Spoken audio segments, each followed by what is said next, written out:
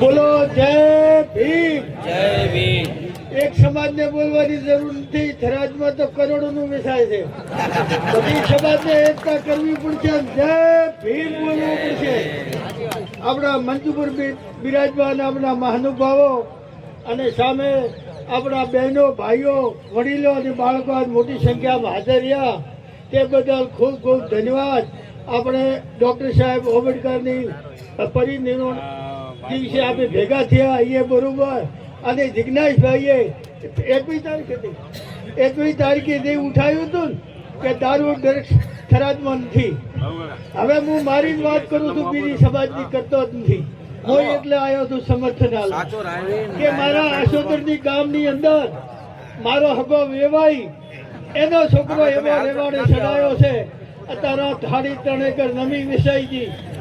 તબેલો ને બાજરી ઢોર ઉધડા વેચી અને આજ મને ધ્યાન મળ્યો કે 5 મિનિટ પછી બીજો આ પટેલ સમાજની બહેનો કોઈ વિરોધ કરવા આવી હતી. જગદીશ મેવાણી કે થરાદમાં આવ્યા છે કે દેશની દારૂ નથી વેચાતો. અરે મારે કોઈનો વિરોધ નહીં કરવો, પોલીસનો નથી કરવો, કોઈ રાજકારણનો નથી કરવો.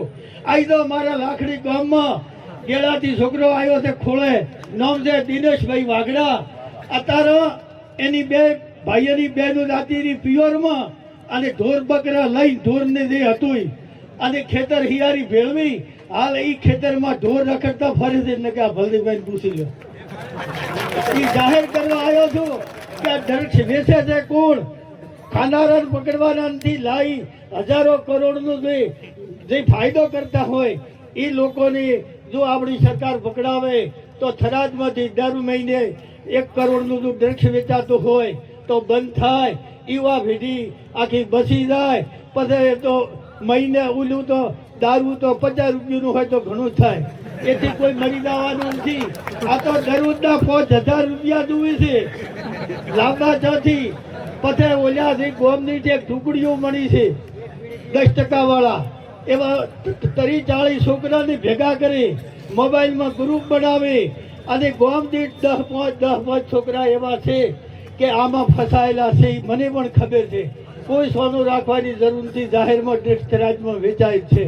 હવે મારે એમ કહેવું છે સરકારને કે એક આસોદના ભાઈને કોણ ડ્રગ્સ આપે છે અને એક લાખડી અમારા દિનેશભાઈ વાઘડા ડ્રગ્સ કોણ આપે છે એના સોરોને પકડે તો થરાદની પોલીસને, ગુજરાતની પોલીસને, આપણા રાજકારણને ધન્યવાદ આલું.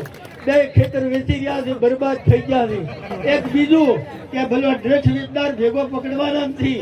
ઓલા 10% રૂપિયા કોણ આલે છે એ લાકડી વાળાને 25 લાખ આલ્યા છે, એક જણે 13 લાખ આલ્યા છે અને એક જણે 40 કહે છે, 25 કહે છે.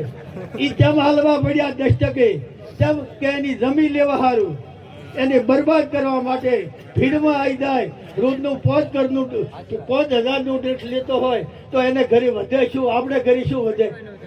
જો 50 રૂપિયાની કોથળી ના વધતું હોય તો રોજના 5,000માં કોઈ વધે?